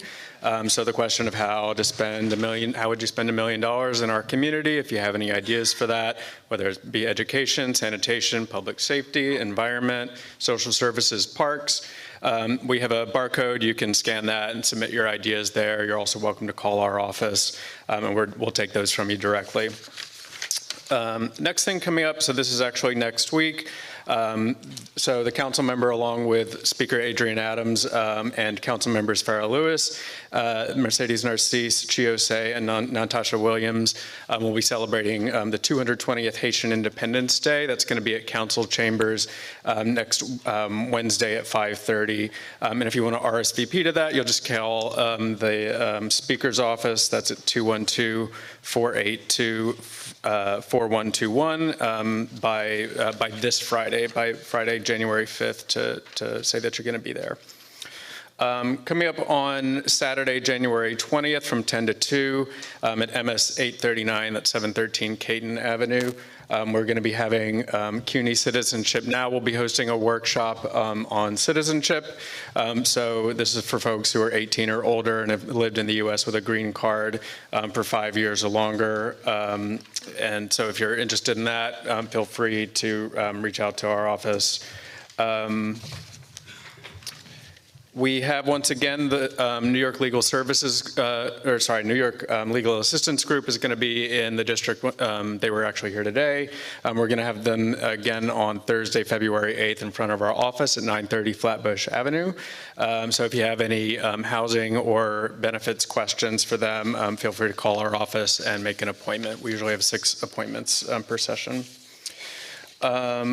And very importantly, just to mark on your calendars, Councilmember Joseph is going to be inaugurated for the second time. That's going to be on February 25th, and that's going to be at Wingate High School. So details about that are going to be coming out, but just, watch this space or watch our newsletters, for more details. And last but not least, we continue to offer our usual range of services at our office at 930 Flatbush.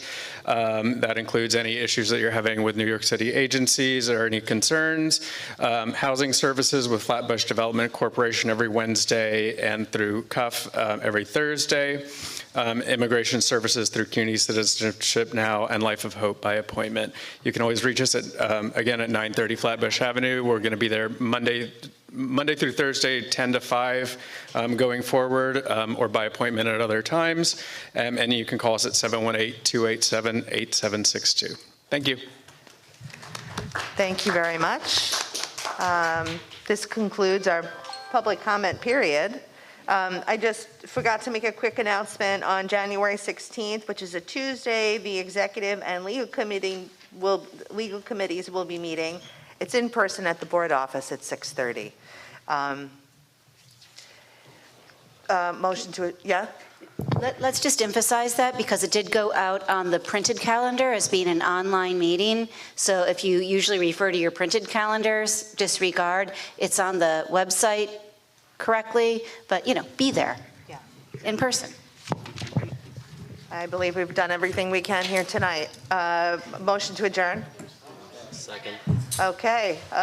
All those in favor? Yay. Yay. Have a good night. This meeting is adjourned at 8:50. See everyone like about 15 times for the next one. Yeah, basically, man. This committee of the whole is about to get.